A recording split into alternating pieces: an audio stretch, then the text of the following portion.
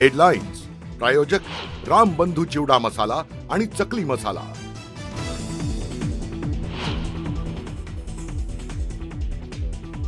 मुख्यमंत्री देवेंद्र फडणवीस आज दिल्ली दौऱ्यावर। भाजप केंद्रीय निवडणूक समितीच्या बैठकीला लावणार हजेरी। पंतप्रधान नरेंद्र मोदी आणि भाजप राष्ट्रीय अध्यक्ष जे.पी. नड्डांच्या नेतृत्वाखाली बैठक होणार।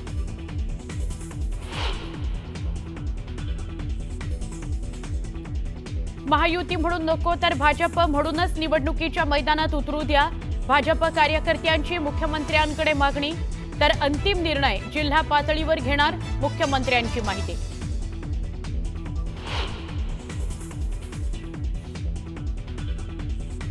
काही अप्रामाणिक लोकांनी इतका वेढा घातला होता की निष्ठावान दिसलेच नाहीत। ठाण्यातून उद्धव ठाकरेंचा एकनाथ शिंदेंवर हल्लाबोल।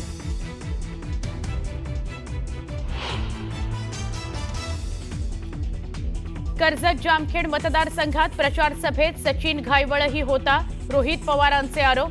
तर सगळे काचेच्या घरात राहतात, अजितदादांनी पुतण्याचे टोचले कान।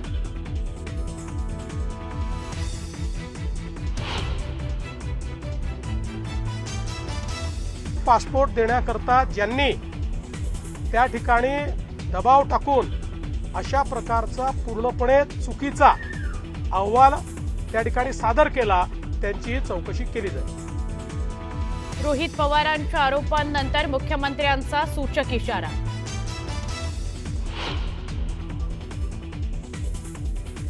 मुंबईतील महानगरपालिकेच्या मराठी शाळा बंद पाडण्याचा घाट घातला जातोय। मराठी भाषा अभ्यास केंद्राचे प्रमुख दीपक पवारांचा आरोप। मराठी शाळांचं सरसकट इंग्रजीकरण, सीबीएसईकरण केलं जातंय, केला दावा।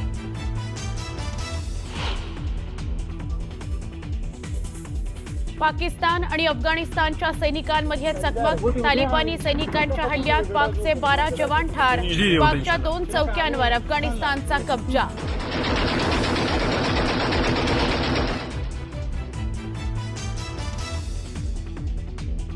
गाझा शांती कराराच्या विरोधात काढण्यात आलेल्या रॅली दरम्यान पाकमध्ये उफाळला हिंसाचार।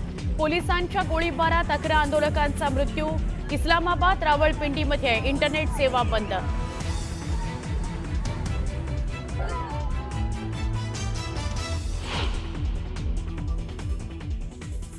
नमस्कार, मी सुवर्णा। सकाळच्या 100 बातम्या या बुलेटिनमध्ये आपल्या सगळ्यांचं स्वागत। काही सविस्तर घडामोडी सुरुवातीला आपण बघूयात। मुख्यमंत्री देवेंद्र फडणवीस आज नवी दिल्लीमध्ये जाणार आहेत। भाजपच्या केंद्रीय निवडणूक समितीची आज नवी दिल्लीमध्ये बैठक होते आहे आणि या बैठकीला मुख्यमंत्री देवेंद्र फडणवीस उपस्थित राहणार आहेत।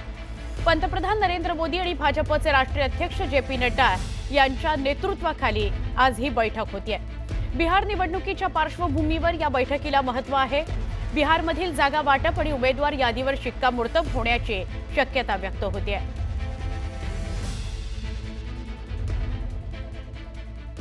अजून एक महत्त्वाची बातमी, भाजपच्या बैठकीत नेते आणि कार्यकर्त्यांनी महायुती म्हणून नको तर भाजप म्हणूनच आपण निवडणुकीच्या मैदानात उतरूया अशी मागणी मुख्यमंत्र्यांकडे केली आहे। मात्र स्वबळावर की महायुतीत लढायचं हा निर्णय जिल्हा पातळीवर घेऊ असं मुख्यमंत्री देवेंद्र फडणवीस यांनी त्या सगळ्या नेत्यांना आणि पदाधिकाऱ्यांना सांगितलेलं आहे। फडणवीसांच्या अध्यक्षतेखाली कोकण आणि ठाणे विभागाची बैठक पार पडली। महायुतीत आहोत याचं भान ठेवून लढा, मित्र पक्षांना त्रास होणार नाही याची काळजी घ्या असे आदेश यावेळी मुख्यमंत्र्यांनी दिलेत।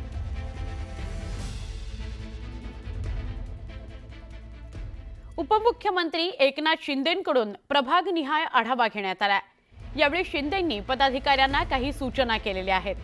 अंतर्गत हेवेदावे ठेवू नका, एकत्र काम करा, आपली कामं लोकांपर्यंत पोहोचवा, लोकांच्या समस्या सोडवून त्यांची कामं पूर्ण करण्याचा प्रयत्न करा असे आदेश एकनाथ शिंदे यांनी पदाधिकाऱ्यांना दिले आहेत।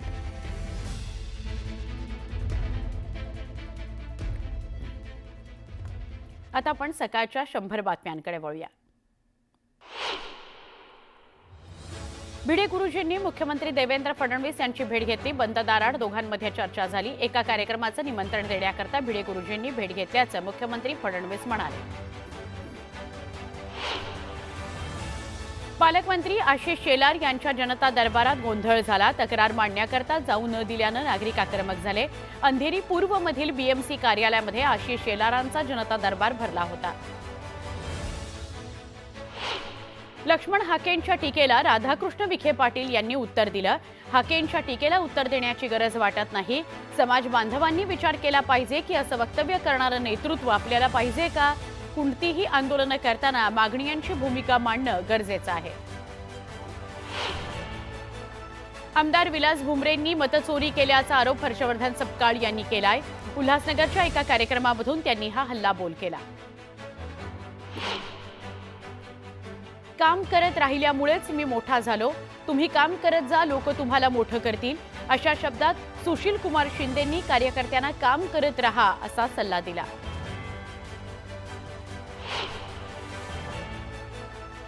भंडाऱ्यामध्ये जॅकी रावलानी यांनी भाजपत पक्षप्रवेश केलाय. त्यामुळे भंडाऱ्यामध्ये शिंदेंच्या शिवसेनेला मोठा धक्का बसलाय. अनेक दिवसांपासून रावलानी शिंदेंच्या शिवसेनेमध्ये नाराज होते. धुळे महानगरपालिकेची अंतिम प्रभाग रचना जाहीर झाली आहे. 19 प्रभागांमधून एकूण 74 जागांकरता निवडणूक होणार आहे. नांदेड जिल्ह्यातील किनवटच्या सारखडीत बंजारा समाज आक्रमक झाला. बंजारा समाज बांधवांनी खासदार अशोक चव्हाणांचा ताफा अडवला. यावेळी जोरदार घोषणाबाजी करत बंजारा समाजाला एसटी प्रवर्गातून आरक्षण देण्याची मागणी करण्यात आली. मागण्या मान्य करा, अन्यथा खुर्च्या रिकाम्या करा असा इशारा यावेळी देण्यात आला. हा तर ठाकरेंचा पक्ष फुटीचा हंबरडा. हा मोर्चा शेतकऱ्यांकरता नाही. या मोर्चात एकही शेतकरी किंवा सामान्य नागरिक नाही अशी टीका संजय शिरसाट यांनी उद्धव ठाकरेंच्या हंबरडा मोर्चावर केली. लातूर दौऱ्यादरम्यान संजय शिरसाट यांनी संजय राऊतांवर टीका केली. एका कार्यक्रमाला संजय शिरसाट आणि संजय बनसोडे उपस्थित होते. यावेळी 2 लातूरमध्ये बसलेत. एक संजय तिकडे छत्रपती संभाजीनगरात बोंबा मारतोय असा टोला शिरसाटांनी लगावला.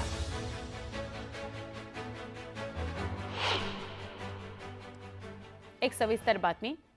त्यावेळी अनंत तरेंचं ऐकलं असतं तर आज पश्चाताप झाला नसता असं म्हणत उद्धव ठाकरेंनी नाव न घेता एकनाथ शिंदेंवर जोरदार टीका केली आहे.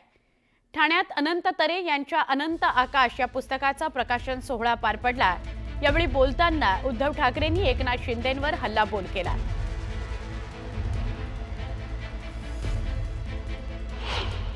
काही जण प्रामाणिकपणाने निष्ठेने सांगत असतात आणि अशी भोवताली गर्दी असते की आपल्याला कळते की हा माणूस खरा आहे. पण निष्ठेची मुखवटी लावलेली माणसं आपल्या आजूबाजूला एवढा वेढा घालून बसतात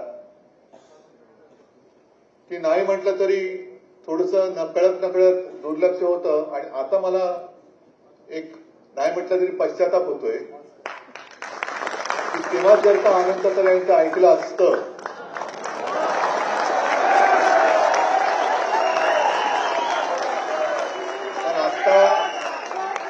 जरा कुठे गळ्याची येता म्हटल्यानंतर अमित शहाच्या चरणी घालीन लोटांगण करून वाचवा म्हणून हंबरडा फोडणारी माणसं दिसली नसती.